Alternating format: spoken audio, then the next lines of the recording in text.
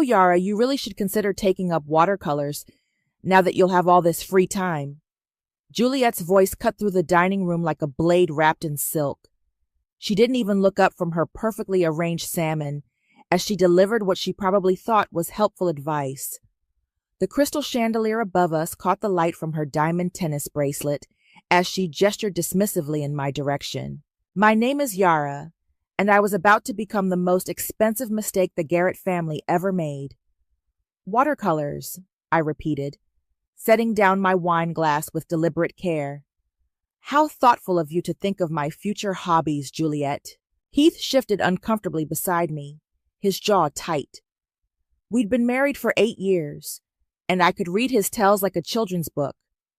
The way he avoided eye contact, the nervous tap of his fingers against his thigh, the slight flush creeping up his neck. He was about to drop a bomb, and his mother was already celebrating. Well, you've never shown much interest in Heath's work, Donald chimed in from the head of the table, his voice carrying that particular brand of condescension that old money perfects over generations. Always seem more interested in those little computer projects of yours. Those little computer projects, I smiled, tasting the irony. If only he knew. Alana laughed, a sound like breaking glass. She sat across from me, perfectly poised in her navy blazer, every inch the corporate queen bee. Oh, I think it's wonderful when women have hobbies. It keeps them busy. The word hobbies hit exactly the way she intended. I'd pitched 3 different business concepts to this family over the years.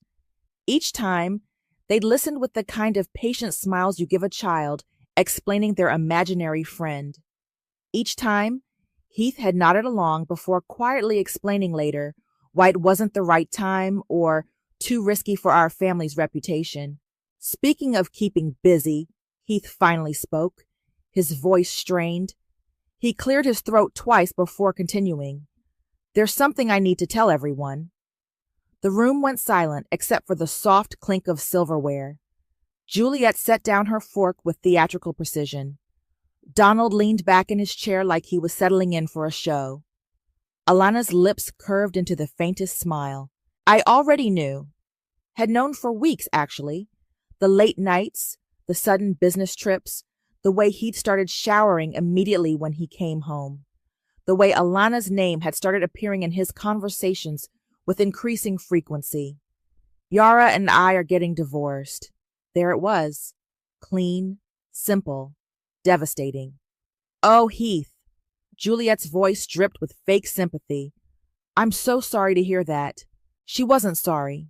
None of them were. I could see it in their faces. The barely contained relief, the satisfaction of finally being rid of the woman who'd never quite fit their mold. These things happen, Donald said, already moving on. Better to handle it cleanly, privately. Actually, Heath continued, his voice gaining strength, Alana and I are together now. We're planning to marry next spring. Alana reached across the table and squeezed his hand. I hope everyone can be happy for us. I know this is complicated. Complicated. That was one word for it. Juliet practically glowed. Alana, darling, you know we've always adored you. You're so perfect for Heath. You understand his world. His world? The world I'd been living in for 8 years but apparently never belonged to. Well, I said, standing slowly, I suppose congratulations are in order. The silence stretched like a rubber band about to snap. Yara, Heath started, but I held up my hand. No, really. I'm happy for you both. I looked directly at Alana. You're getting exactly what you wanted. Juliet reached into her purse and pulled out an envelope. Yara, dear, we've prepared a little something to help with your transition.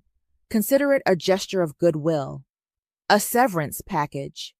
They were giving me a severance package like I was a fired employee instead of a family member. I took the envelope without opening it. How generous. We just want to make sure you land on your feet, Donald said. Find your own path. My own path. If they only knew I'd been building it for 3 years already. I walked around the table, kissed Heath's cheek, he flinched and headed for the door. Yara, Juliet called after me. Do take care of yourself. I paused at the threshold and turned back. They were all watching me with expressions ranging from pity to satisfaction. 8 years of my life, and this was how it ended, with a check and a pat on the head. I smiled then, the kind of smile that should have made them nervous. Don't worry about me, I said. I have a feeling I'm going to do just fine. The envelope sat on my kitchen counter like a loaded gun. I'd been staring at it for 20 minutes, still wearing the black dress I'd chosen specifically because Juliet hated it. Too tight, she'd said once. Too attention-seeking. My phone buzzed. Nora. How did it go? Her voice was careful, like she was talking to someone on a ledge. Exactly as expected. I picked up the envelope, feeling its weight. They gave me severance pay. They what? Like I was an employee they were letting go. Very generous of them, really. Nora was quiet for a moment. She was the only person who knew about Phoenix Consulting, my little computer project that had been quietly generating 6 figures for the past 3 years. While he thought I was playing around with websites, I'd been building a consulting firm that specialized in digital transformation for mid-sized companies. How much? She asked. I tore open the envelope. The check was made out in Juliet's careful script. $50,000. Jesus. I know, right? $50,000 to disappear from their lives forever. I laughed, but it came out sharp. Do you know what I can do with $50,000? Yara, I can leverage it. Use it as collateral for a business loan. Maybe acquire that struggling firm in Portland we've been watching. Slow down. You just got divorced an hour ago. No, I got free an hour ago. I walked to my laptop and opened it. The Phoenix Consulting dashboard loaded, showing our current client roster, revenue projections, and the acquisition targets I'd been tracking. Nora, pull up the Garrett Industries file. Why? Just do it. I heard her typing. Okay, I'm looking at it. What's their debt-to-equity ratio? Yara, what are you thinking? Answer the question. She sighed. It's not great. They're over-leveraged from that expansion into the European market. Why? I smiled at my reflection in the laptop screen. Because I think it's time Phoenix Consulting got more aggressive with our growth strategy. You want to go after Heath's family business? I want to go after a vulnerable company that's ripe for acquisition. The fact that it belongs to my ex-husband's family is just convenient. Nora was quiet for a long moment. This is about revenge. This is about business. Bullshit. I closed the laptop. Fine. It's about both. They spent 8 years treating me like a decorative houseplant. They just paid me to disappear. Well, congratulations. They're about to get exactly what they paid for. Yara, listen to yourself. You're talking about corporate warfare. I'm talking about capitalism. They taught me the rules, Nora. They just never expected me to play by them. My phone rang. Heath. I let it go to voicemail, then played it on speaker. Yara, it's me. Look, I know tonight was difficult, but I hope we can handle this maturely. My lawyer will be in touch about the paperwork.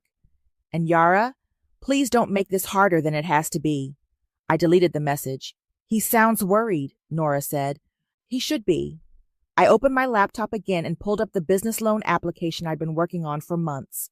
I need you to run the numbers on a hostile takeover scenario. A what? You heard me. I want to know what it would cost to acquire a controlling interest in Garrett Industries. That would take millions. Phoenix Consulting cleared $2.3 million last year. We have assets, we have credit, and now we have $50,000 in seed money from the Garrett family themselves. I started typing. Plus, I know things about their business that their competitors don't. Like what? Like the fact that their biggest client, Morrison Tech, is unhappy with their service level. Like the fact that 3 of their senior developers are looking for new jobs. Like the fact that Alana's management style has already pissed off half the sales team. How do you know all that? Because I spent 8 years listening to Heath complain about work over dinner. Turns out all those boring conversations were actually corporate intelligence briefings. Nora laughed despite herself. You're insane. I'm motivated. There's a difference. I pulled up Garrett Industries' public financial statements. They think I'm going to fade away quietly, maybe start a little Etsy shop or something. They have no idea what I've been building. And when they find out? I thought about Juliet's condescending smile, Donald's dismissive wave, Alana's perfectly manicured fingers intertwined with my husband's. When they find out, it'll be too late. This could backfire spectacularly, or it could be the best investment I ever make. I click submit on the loan application. Either way, it beats watercolors. Nora was quiet for a moment. What do you need me to do? Research. I want to know everything about Garrett Industries' vulnerabilities, client relationships, employee satisfaction, cash flow problems, everything. And then we're going to give them exactly what they deserve. 6 months later, I stood in the lobby of the Meridian Hotel, adjusting the emerald green dress I'd bought specifically for tonight's charity gala. The same event where Heath had proposed to me 9 years ago. The irony wasn't lost on me. You clean up nice for a tech mogul, Nora said, appearing beside me with 2 champagne flutes. Phoenix Consulting has had a good year. I took the glass, scanning the crowd. Speaking of which, did Marcus finalize the Peterson Group acquisition? Signed this morning. That makes 4 companies in 6 months. 4 strategic acquisitions, each one carefully chosen to position us closer to Garrett Industries' client base. The business loan had come through faster than expected. Apparently, a profitable consulting firm with a spotless credit history was exactly what banks wanted to invest in. There they are, Nora murmured. Heath and Alana stood near the silent auction table, looking every inch the power couple. She wore a black cocktail dress that probably cost more than most people's rent, and he had that confident smile he used to charm investors. They were surrounded by the usual crowd of tech executives and old money socialites. Showtime, I said. We walked over casually, timing it perfectly as the group around them dispersed. Yara? Heath's voice cracked slightly. I didn't expect to see you here. The Children's Hospital fundraiser. I've been coming for years. I smiled warmly. You look well, Heath. Marriage suits you. Alana stepped closer to him, her hand finding his arm. Yara, how lovely to see you. How are you adjusting? Wonderfully, actually. I've been keeping busy. Still doing your computer thing? Heath asked, and I caught the slight condescension in his tone. Something like that. I sipped my champagne. Congratulations on the Morrison Tech renewal, by the way. I heard it was touch and go for a while. Heath's smile faltered. Morrison Tech was Garrett Industries' biggest client, and their contract renewal had been a nightmare. How would I know that? Business is good, he said carefully. I'm sure it is. Though I heard through the grapevine that you lost the Hartwell account last month. That must have stung. Alana's eyes narrowed. You seem remarkably well informed about our business. Oh, you know how it is in tech. Everyone talks. I turned to Heath. I actually ran into David Kim from your development team last week. He mentioned he's exploring new opportunities. Heath went pale. David Kim was their lead developer, and if he was job hunting, that was a problem. Where did you run into David? Alana asked. At a networking event. Phoenix Consulting has been expanding rapidly. We're always looking for top talent. Phoenix Consulting? Heath repeated. My company. We specialize in digital transformation for mid-market firms. It's been quite successful, actually. The silence stretched uncomfortably. I could see the wheels turning in both their heads. How successful? Alana asked, her voice tight. Well, we just closed our 4th acquisition this year. Growing fast, you know how it is. A waiter approached with a tray of hors d'oeuvres. I took a small plate, acting completely casual, while Heath and Alana exchanged glances. 4 acquisitions, Heath said slowly. That's impressive. Thank you. We've been particularly focused on companies that serve the enterprise software market. Lots of opportunity there. Alana's grip on Heath's arm tightened. Enterprise software was Garrett Industries' bread and butter. Yara, she said, her voice saccharine, it's wonderful that you found something to keep you busy.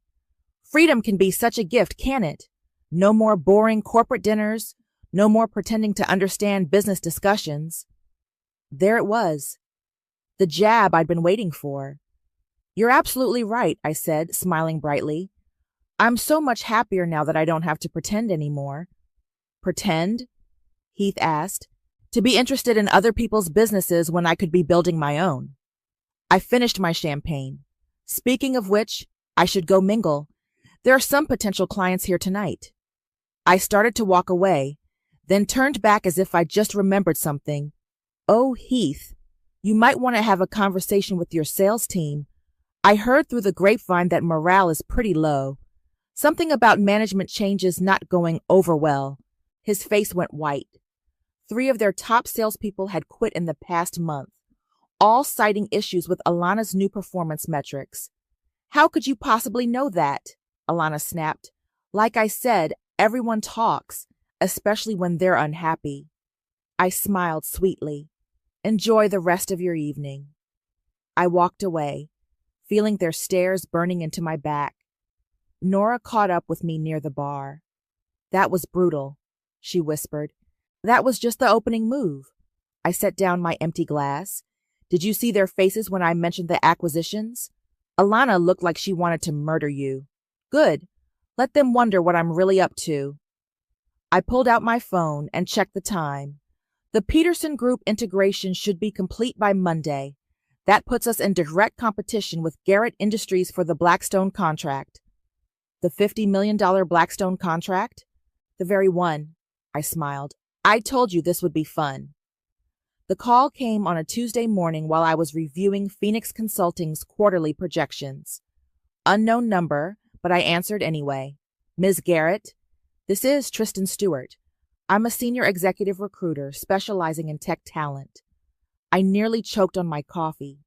Tristan Stewart, Alana's brother.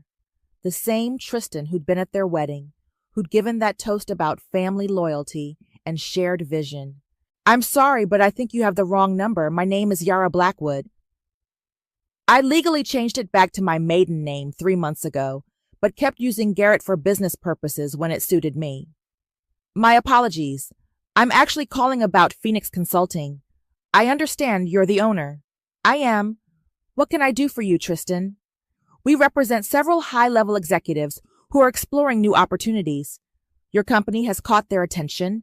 I leaned back in my chair, grinning. Really? What kind of executives? Senior developers, project managers, sales directors, people with extensive experience in enterprise software solutions. People from Garrett Industries. It had to be. That's interesting. We're always looking for top talent. Are these individuals currently employed? Yes, but let's say they're open to the right opportunity. I see. And what makes Phoenix Consulting attractive to them? Growth trajectory, company culture, competitive compensation packages. Your reputation in the industry has been quite impressive lately. My reputation. 6 months ago, nobody in tech knew who I was. Now I was poaching talent from my ex-husband's company through his new sister-in-law's brother. The universe had a sense of humor. I'd be happy to discuss opportunities. Can you tell me more about their backgrounds? I'd prefer to do this in person. Are you available for lunch tomorrow? Absolutely. The Copper Kettle at noon? Perfect. I'll send you the profiles beforehand. After he hung up, I immediately called Nora. You're not going to believe this, I said. Try me. Alana's brother just called. He's headhunting for us. What? Tristan Stewart. He's a recruiter, and he wants to set up meetings between Phoenix and several high-level executives who are looking for new opportunities. From Garrett Industries? Has to be. The timing is too perfect. I pulled up our competitor analysis on my screen. Remember how I mentioned their sales team was unhappy? Looks like the problem is spreading. This could be a trap, or it could be Christmas morning. Either way, I'm taking the meeting. The next day, I arrived at the Copper Kettle 15 minutes early and chose a corner table with a clear view of the entrance. Tristan walked in exactly at noon. Tall, silver-haired, wearing an expensive suit that screamed old money. He looked like a male version of Alana, all sharp angles and calculated charm. Ms. Blackwood? He extended his hand. Tristan Stewart. Please, call me Yara. I shook his hand, noting the firm grip and the way his eyes assessed me. Thank you for reaching out. We ordered quickly. Salads for both of us. The kind of power lunch meal that said we were too busy for real food. I'll be direct, Tristan said. I have 3 executives who are interested in Phoenix Consulting, all currently employed at Garrett Industries. Garrett Industries? I kept my voice neutral. I'm familiar with them. Solid company. Solid, yes, but experiencing some internal challenges. What kind of challenges? Management restructuring. New policies that aren't sitting well with long-term employees. The kind of growing pains that make talented people reconsider their options. I nodded sympathetically. That's unfortunate. What positions are we talking about? Senior developer, sales director, and VP of client relations. My heart rate spiked. The VP of client relations managed all of Garrett Industries' major accounts, including Morrison Tech and the Blackstone contract. Impressive backgrounds, I'm sure. The best. Each has over 10 years with the company, deep client relationships, institutional knowledge, proven track records. And they're all looking to leave at the same time? Tristan's smile was thin. Let's just say the new management style isn't universally appreciated. I see. What kind of compensation are they expecting? Competitive base, equity participation, and... He paused. Discretion. Discretion? Non-compete clauses can be complicated.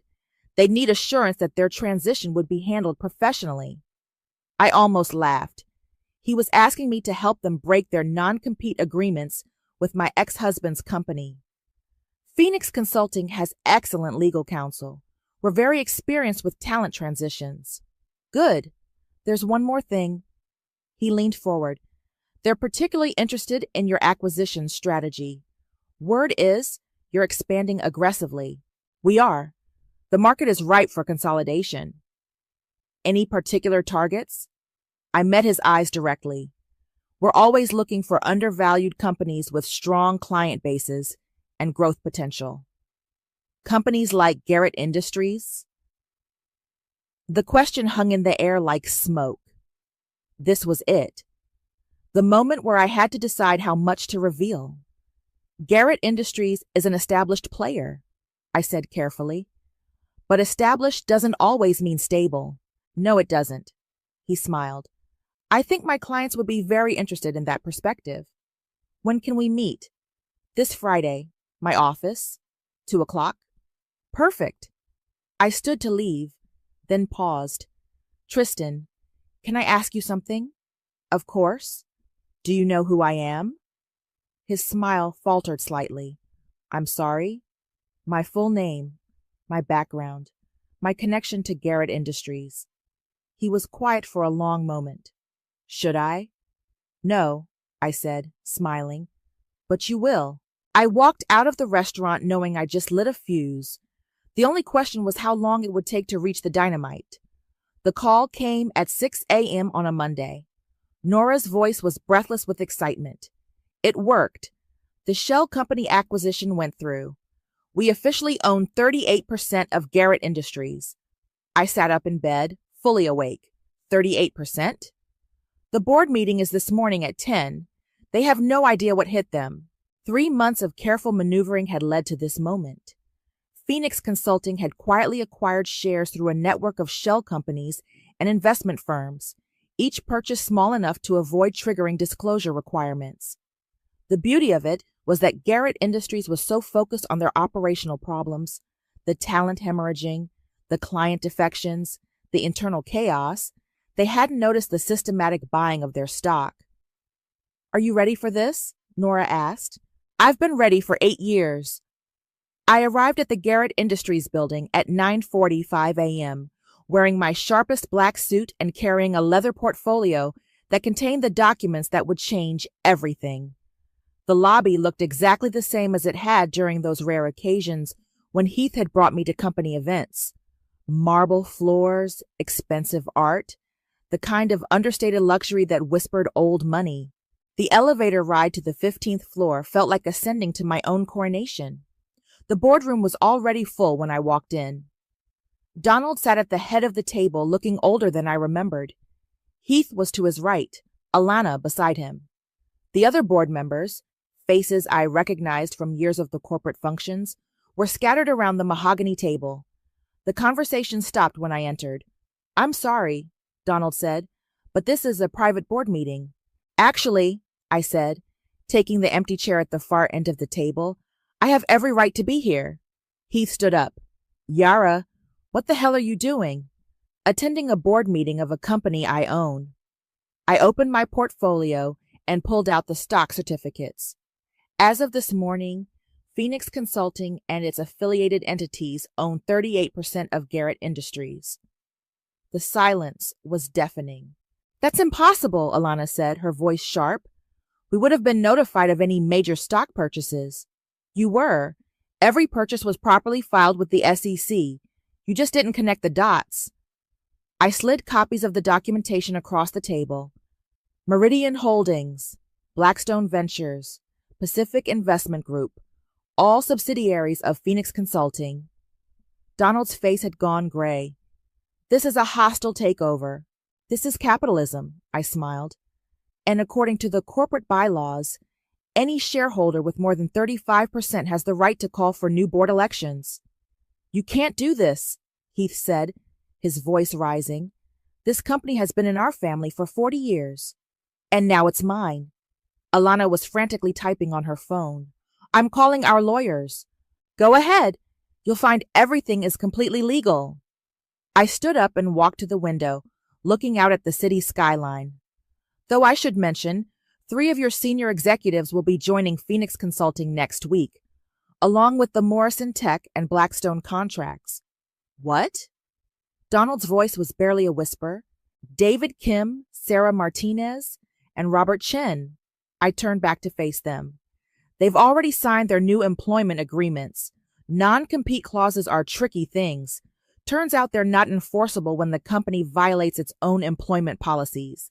Heath slammed his hand on the table. "This is revenge. Pure and simple. This is business. You taught me that, remember? All those dinners where you explained how the real world works, how sentiment has no place in corporate decisions." I walked back to my chair. "I was listening." "The press will crucify you for this," Alana said. "A bitter ex-wife destroying her former family's company. The optics are terrible." "Are they?" "Because the story I'm hearing is about a brilliant entrepreneur who built a consulting empire from nothing and then executed a masterful acquisition of an underperforming competitor." I sat down and crossed my legs. The press loves a success story. My phone buzzed. A text from Shanice, my legal advisor. "TechCrunch wants an exclusive. Wall Street Journal is calling. Stock price up 12%. "Speaking of the press," I said, "you might want to check the news. The announcement went live 20 minutes ago." Several board members immediately reached for their phones. I watched their faces change as they read the headlines. Phoenix Consulting acquires controlling interest in Garrett Industries. Tech mogul Yara. Blackwood orchestrates stunning corporate takeover. From startup to empire, the rise of Phoenix Consulting. "This will destroy you," Juliet's voice came from the doorway. I hadn't heard her come in, but there she stood, impeccably dressed as always, her face a mask of cold fury. "Hello, Juliet. You look well. You vindictive little—" "Careful," I interrupted. "I'm your new boss." The words hung in the air like a bomb waiting to explode. "I'll fight this," she said. "We all will." "With what?" "Your stock is worthless now. Your key employees are gone. Your biggest clients are following them." I stood up and gathered my papers. But please, feel free to try. I walked toward the door, then paused. Oh, and Heath, you might want to update your LinkedIn. I hear there are some great opportunities in middle management these days. The elevator doors closed on their stunned faces, and I finally allowed myself to smile. Checkmate. The boardroom felt different when I walked in as CEO 3 weeks later. Same mahogany table, same expensive chairs. But now I sat at the head where Donald used to hold court. The power shift was tangible. You could taste it in the air. Thank you all for coming, I said, looking around the table at the faces that ranged from curious to hostile. I know this transition has been unexpected. Tristan sat to my left, still looking shell-shocked from discovering his mysterious client was his sister's ex-sister-in-law. Across from him, 3 remaining board members who'd survived the purge watched me with barely concealed resentment. Before we begin, I continued, I want to address the elephant in the room. Yes, I was married to Heath. Yes, this acquisition was personal. But personal doesn't mean unprofessional, doesn't it? Margaret Walsh, the longest-serving board member, leaned forward. You've systematically dismantled a 40-year-old company out of spite. I've restructured an underperforming company to maximize shareholder value. The spite was just a bonus. The door burst open. Alana stormed in. Her usually perfect composure cracked. You can't do this. I'm sorry, but this is a closed board meeting. You're no longer... I know exactly what I am. She slammed a folder on the table. I'm the person who's going to expose you for the fraud you are. I glanced at the folder. What's this? Proof that your acquisition was based on insider information. Information you obtained illegally during your marriage. Interesting theory. Do you have evidence? You knew about our client contracts, our employee issues, our financial vulnerabilities, information that wasn't public, information that was discussed at dinner tables, cocktail parties, and family gatherings for 8 years. I opened the folder and scanned the documents. This is all circumstantial. It's enough to trigger an SEC investigation. Go ahead. I welcome the scrutiny. I closed the folder and slid it back to her. While they're investigating, they'll discover that every stock purchase was legal, every business decision was sound, and every piece of information I used was either public or obtained through legitimate business channels. Tristan cleared his throat. Alana, perhaps we should... Don't. She whirled on him. Don't you dare defend her. She played you, Tristan. She used you to recruit our own employees. I used a headhunter to recruit talent. That's called business. You destroyed our family's legacy. Your family destroyed your legacy the moment you decided I wasn't worth listening to. I stood up, walking to the window. 8 years of board meetings where I was treated like furniture. 8 years of business ideas dismissed without consideration. 8 years of being told I didn't understand the real world. So this is revenge. This is justice. I turned back to face her. You want to know what's really satisfying? It's not the money or the power. It's proving that the decorative wife you all mocked was smarter than every single one of you. You're delusional if you think, I think I turned $50,000 into a $100 million company in less than 4 years. I think I identified and exploited every weakness in your business model. I think I'm sitting in the CEO chair while you're standing there unemployed. Alana's face went white. You haven't won yet. Haven't I? I pulled out my phone and showed her the screen. Stock price is up 30% since the acquisition announcement. Client retention is at 95%. Employee satisfaction scores have doubled. That's impossible. Turns out people prefer working for someone who actually listens to them. I sat back down.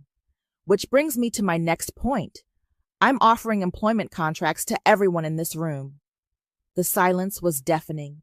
Generous packages, equity participation, full benefits. I looked directly at Alana. Everyone except the former executive team. You can't be serious. Dead serious. Tristan, you're a talented recruiter. I could use someone with your connections. Margaret, your institutional knowledge is valuable. Everyone else, there's a place for you here if you want it. And if we don't? Margaret asked. Then you don't. But I'd recommend taking some time to think about it. The job market is tough right now, especially for people with complicated references. Alana laughed bitterly. You really think you can buy everyone? I'm not buying anyone. I'm offering opportunities to people who've been undervalued and underutilized. I looked around the table. How many of your ideas were dismissed by the old management?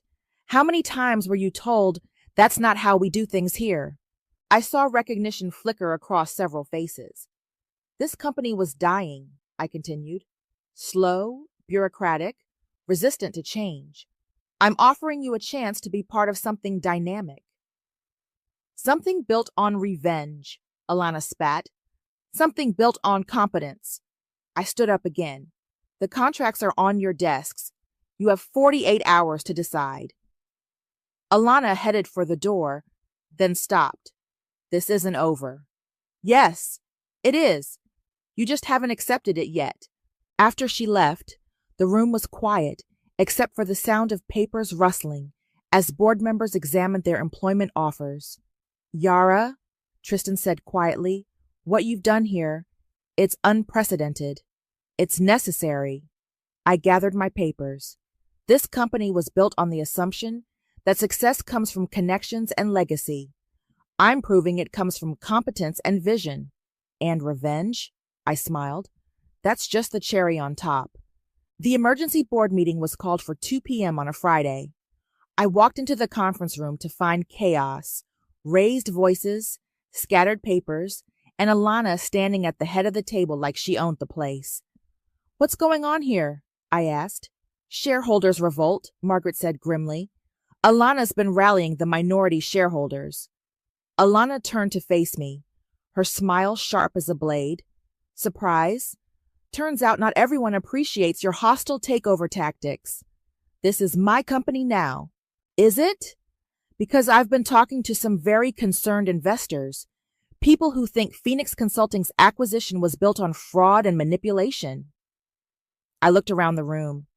Half the board members were avoiding eye contact. The other half looked like they were watching a tennis match. What exactly are you alleging? Insider trading, market manipulation, breach of fiduciary duty. Alana pulled out a thick folder. I've been busy, Yara. Turns out your perfect little acquisition has some very ugly details. Such as the fact that you used privileged information obtained during your marriage to target our company. Such as the fact that you deliberately destabilized our operations to drive down our stock price before buying in. I sat down slowly. You have proof of this? I have testimony from 3 former employees who say you approached them about leaving Garrett Industries 6 months before your acquisition. I have records showing Phoenix Consulting targeted our clients systematically. You have circumstantial evidence and disgruntled ex-employees. I leaned back in my chair. Is that really the hill you want to die on? I have enough to trigger a federal investigation, and I have enough minority shareholders to call for your removal as CEO. The room went silent. Margaret cleared her throat. Alana, what exactly are you proposing? A vote of no confidence. Today. Right now. That's not how this works, I said. I need 30% of outstanding shares to call the vote. I have 32%. Alana's smile was triumphant. Surprise number 2. My phone buzzed. A text from Nora. Emergency. Shareholders meeting in lobby. Press outside. This is bad. There's a shareholders meeting happening downstairs right now, Alana continued. Local news is covering it. Wall Street Journal has a reporter here. Your corporate fairy tale is about to become a very public nightmare. I stood up. Fine. Let's go. Yara, Tristan said quietly, maybe you should reconsider. Reconsider what? Defending the company I built? I looked around the room. Anyone who wants to abandon ship is a welcome to. But I'm going downstairs to face whatever circus Alana has organized. The elevator ride down felt like descending into hell. When the doors opened, I could see the crowd through the glass lobby doors. Shareholders, reporters, camera crews. Alana had orchestrated a media spectacle. "Last chance to settle this quietly," she said as we walked toward the lobby. "What are your terms?" "Resign as CEO. Sell your shares back to the family at cost. Disappear. And if I don't, then I destroy you publicly. Your reputation, your company, your future, all of it."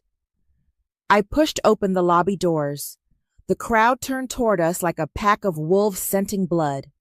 Cameras flashed, microphones were thrust forward, and voices shouted questions.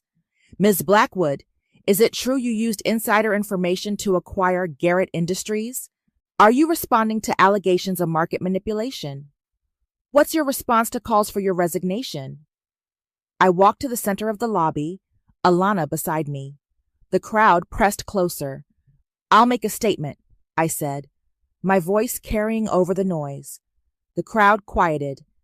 6 months ago, I was dismissed from this building as a failed wife with no business sense. Today, I stand here as the CEO of a company that's increased in value by 40% since my acquisition. "But what about the allegations?" a reporter shouted. "The allegations are desperate attempts by people who can't accept that they were outmaneuvered by someone they underestimated." I looked directly at Alana. Every stock purchase was legal. Every business decision was strategic. Every move I made was within the bounds of corporate law.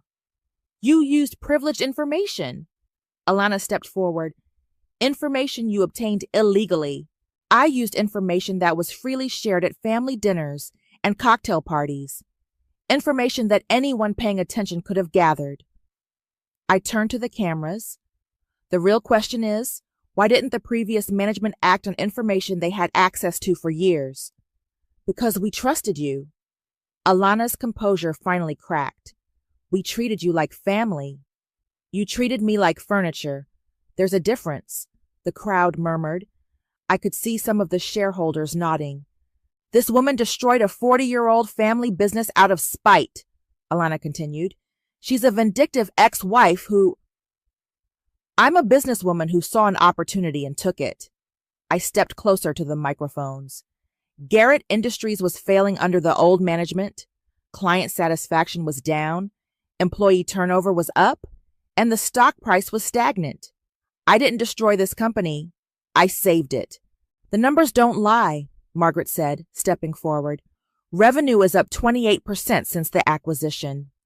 "Because she stole our clients," Alana shouted. "Because I provided better service," I replied calmly. "Because I listened to what clients actually wanted, instead of assuming I knew better." The crowd was shifting. I could feel the momentum changing. "Ladies and gentlemen," I said, addressing the shareholders directly, "you have a choice.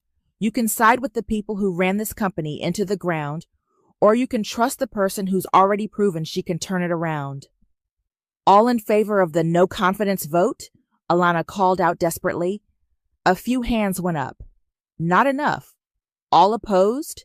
A sea of hands rose. Alana's face went white. "This isn't over." "Yes," I said quietly. "It is."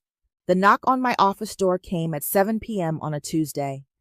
I looked up from the quarterly report spread across my desk to see Juliet standing in the doorway.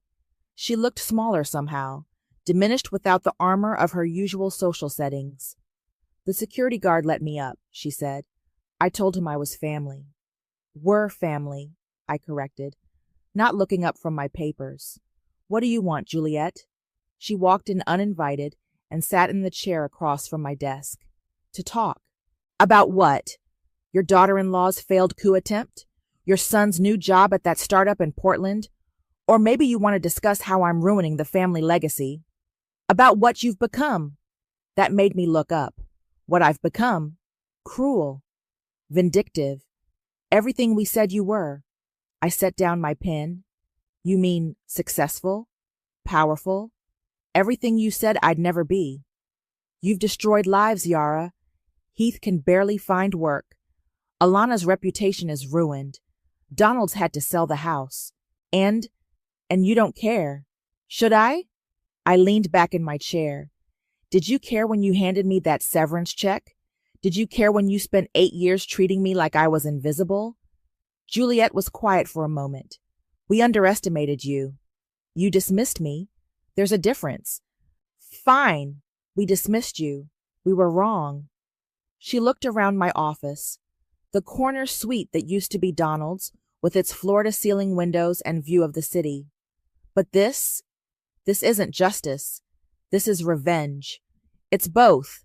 It's made you into someone I don't recognize. I laughed. You never recognized me to begin with. That was the problem. I'm trying to apologize. No, you're trying to make yourself feel better about losing. I stood up and walked to the window. The city sparkled below us, a constellation of ambition and possibility. You're trying to turn me into the villain so you can sleep at night. Aren't you? The question hung in the air. I turned back to face her. Maybe. But I'm a villain who employs 300 people. A villain who's increased shareholder value by 60%. A villain who actually listens when her employees have ideas. A villain who destroyed a family. A family that destroyed itself. I walked back to my desk. You want to know what's really cruel, Juliet? It's watching someone you're supposed to love get smaller and smaller until they disappear. It's dismissing their dreams because they don't fit your vision of who they should be. We made mistakes. You made choices. Every snide comment, every dismissive laugh, every time you talked over me or around me, those were choices. Juliet's composure finally cracked. What do you want from us? What would make this stop? Nothing. Because it's already over. I sat back down. You lost. I won. The story's finished. Then why do you look so miserable? The words hit like a physical blow. I stared at her, this woman who'd spent years perfecting the art of cutting remarks, and realized that she'd finally landed one that mattered. I'm not miserable. I'm successful. You're alone. I'm independent. You're isolated. She leaned forward. When's the last time you had dinner with someone who wasn't a business associate? When's the last time you laughed at something that wasn't someone else's failure? I didn't answer because I couldn't. You won, Yara. You got everything you wanted. But what did it cost you? After she left, I sat in my office as the building emptied around me. The cleaning crew worked quietly in the halls, and the city lights blurred together outside my window. My phone buzzed. A text from Nora. Drinks tonight? You've been working too much. I started to type my usual excuse, then stopped. Deleted it. Typed, yes, but somewhere loud and crowded. I'm tired of quiet. I looked around my office one more time. The awards on the walls, the financial reports showing record profits, the framed magazine covers featuring my face. All the proof I'd needed that I was worth something. But Juliet was right about one thing. Victory was supposed to feel different than this. I grabbed my coat and headed for the elevator. Maybe revenge was a dish best served cold, but success was something you had to share to really taste it. The elevator doors closed on my reflection. CEO, entrepreneur, the woman who turned $50,000 into an empire. The woman who'd proven that the decorative wife was anything but. The woman who finally learned the difference between being powerful and being happy. The doors opened on the lobby, and I stepped out into the night, ready to figure out what came next.